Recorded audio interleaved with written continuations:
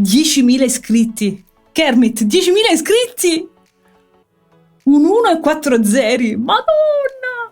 6 giugno 2016, il primo contenuto. Mamma mia! In questi 5 anni siamo cresciuti tantissimo e lavorato tantissimo. Ho seguito moltissimi allievi, circa 200 persone. Alcuni sono entrati in conservatorio, altri si sono diplomati, altri hanno incominciato a improvvisare, altri sono partiti da zero e hanno cominciato a suonare e hanno trovato uno spazio gratificante nella loro vita. Ho conosciuto delle persone magnifiche con delle storie straordinarie e ho visto che cosa significa avere passione e che cosa si è disposti a fare pur di suonare. Vi seguo nei momenti wow e nei momenti di salita faticosa dove sembra che i risultati non debbano arrivare mai. Ma io sono sull'albero maestro e la terra, il risultato lo vedo prima di voi, con fede e certezza assoluta. È il mio lavoro e lo svolgo dalle 8 della mattina fino alle 8 della sera e vi confesso una cosa. Il mio grande dono siete voi, siete la mia fonte di ispirazione, l'energia, le storie, i passi e la bellezza che mi lasciate ogni giorno. Per Music is for Everybody abbiamo tantissimi progetti, alcuni sono già in corso, gli altri stanno per entrare in cantiere, per crescere e continuare a dare un servizio di qualità a più persone possibile. Sono molto grata alla vita e ad ognuno di voi perché siete veramente tantissimi. Gli iscritti sono 10.000, ma le persone che mi seguono sono circa il 60% in più. Circa 20.000 persone che mi seguono da tutte le parti del mondo e io posso soltanto dirvi grazie, grazie, grazie. Ma ora veniamo a noi. Qualche tempo fa avevo promesso che al raggiungimento della quota di 10.000 iscritti avrei fatto un contenuto speciale che è un argomento ultra richiesto da tantissimi di voi, ossia la lavorazione delle ance. Certo, in un tutorial parlare di lavorazione delle ance è veramente molto difficile.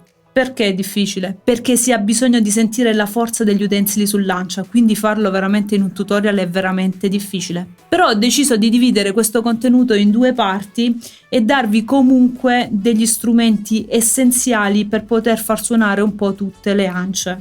È un regalo che voglio fare a tutti voi. Sì, anche a quelli che non sono iscritti, anche a quelli che non commentano mai o che non mettono un like, perché un insegnante deve dare a tutti. Non solo a quelli bravi che si iscrivono e fanno i commenti. 10.000 o 20.000 oggetti da regalarvi purtroppo non me li posso permettere, però vi posso insegnare una cosa che vi resterà per sempre e vi sarà sempre utile e che potete insegnare e condividere anche con i vostri amici o i vostri allievi. So che molti colleghi mi seguono e anche a voi dico un grande grazie. Lavorare le ance è una gran bella cosa perché ti permette di risparmiare tempo e denaro. Devo ammettere però che da quando utilizzo le ance Gonzales, io le ance praticamente non le lavoro più, perché l'80% delle ance Gonzales le metti sul bocchino e vanno perfettamente bene senza alcun tipo di aggiustamento necessario. Gli strumenti che ti servono per lavorare le ance possono essere di diversi tipi e avere anche diversi prezzi. Il consiglio che do è di utilizzare un prodotto che si chiama RedGig, che è questo tool qui.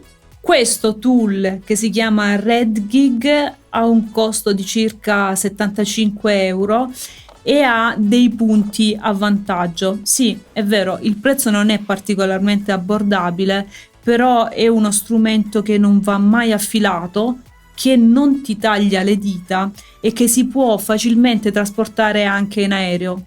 E questo per chi suona in giro è una cosa veramente molto importante. Io questo tool ce l'ho da circa 5 anni e devo dire che funziona perfettamente bene, ci ho lavorato centinaia di ance. In alternativa puoi utilizzare un coltellino da innesto della Victorinox, che è questo qui. Questo coltellino da innesto ha un costo di circa 30-35 euro.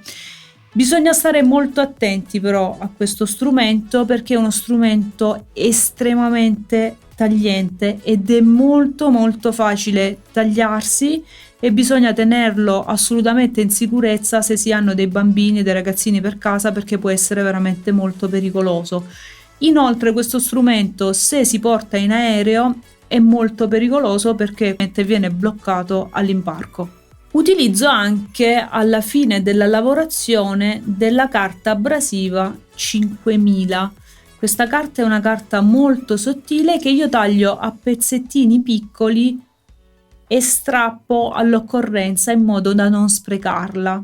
Mi serve per fare il ritocco finale quando l'ANCA è stata un pochino lavorata, in modo da farla poi mettere a dimora lavorando sulle fibre che sono state un pochettino mosse. Quando io vado a prendere un'ancia nuova, come ho detto anche in altri tutorial, il consiglio che do sempre è quello di idratarla innanzitutto e successivamente di andare a provarla molto bene. Perché provare un'ancia disidratata molto spesso ci porta all'idea che l'ANCA non funziona, ma in realtà l'ANCA funziona, è solamente disidratata. Quindi passo numero 1, assolutamente idratare bene l'ANCA e provarla almeno 10-15 minuti. Se nonostante questi 2 passi l'ANCA comunque non suona come dovrebbe, cominciamo a capire quali punti andiamo a lavorare. Il primo punto che vado sempre a lavorare in un'ancia è il piano dell'ancia. Il piano dell'ancia è il punto nel quale l'ancia aderisce al piano del bocchino. Molto spesso, dato che la canna giustamente è una fibra naturale, può succedere che questo piano non sia perfettamente aderente al piano dell'imboccatura. Quindi questo determina il fatto che l'ancia non vibri bene.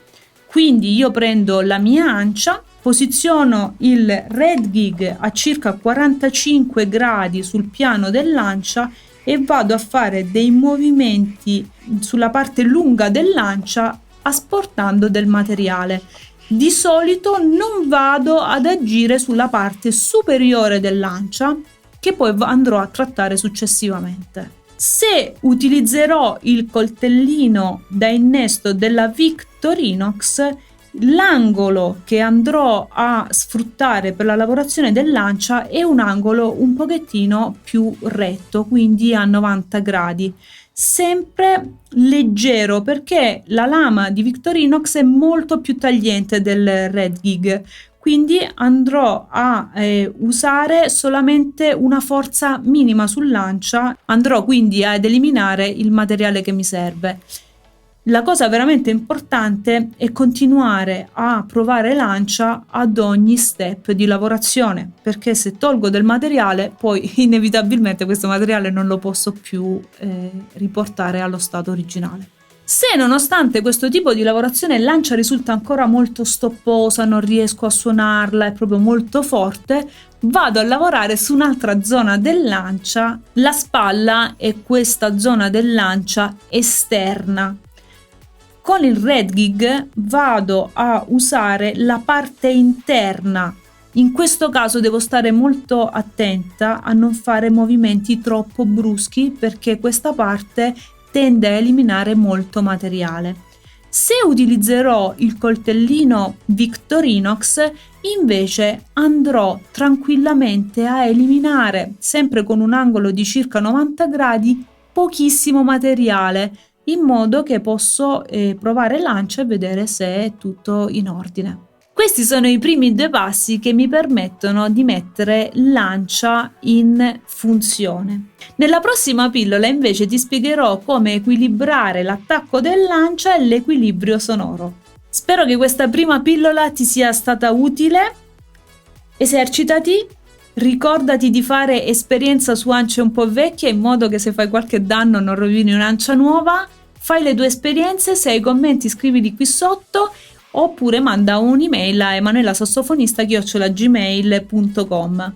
Io ti saluto, ti do appuntamento alla prossima, che Dio vi benedica tutti e vi faccia sempre suonare con gioia, con passione e con dedizione. Ciao ciao!